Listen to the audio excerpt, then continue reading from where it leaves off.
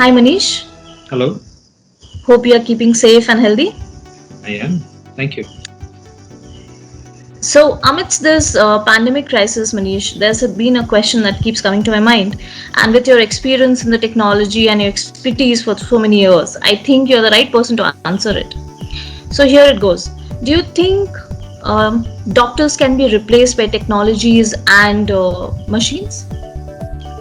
Very interesting question. And I have seen a lot of debates around this. My short answer is no.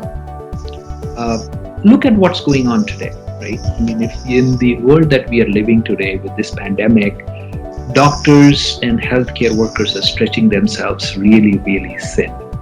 And they're doing all they can. Now, there is another part of this. There are non critical patients also, which are kind of hurting because doctors don't have time and they are stretched so thin, the hospitals are getting full. Now, what happens to those? There's an interesting stats that comes to my mind. Around 50,000 people die because they were not diagnosed correctly. No fault of doctors.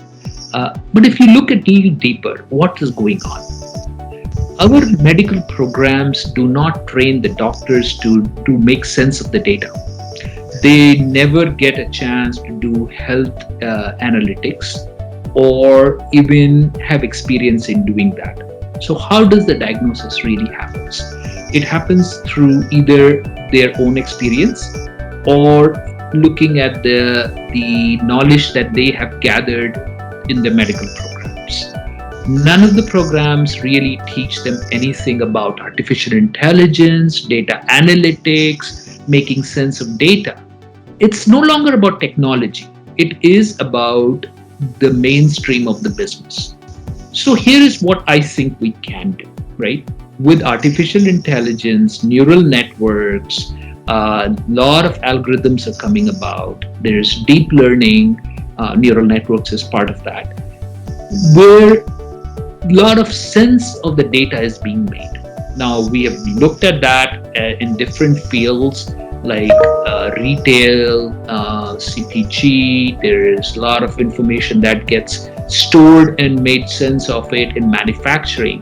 But if you look at healthcare, hardly anything happens in that space. So I truly believe that there is room for both doctors and machines to live together.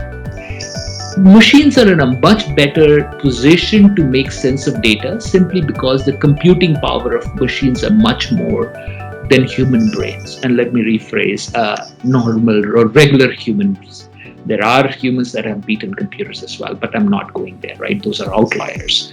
But coming back to what can we do, there has to be a way where doctors can get this information on their fingertips when they're looking at the patients, looking at the demographics, looking at what is happening around the world, what kind of diseases are going on, what kind of medicines are working, what kind of cures are working, and get that information at the right place at the right time. And that's what I feel is the answer.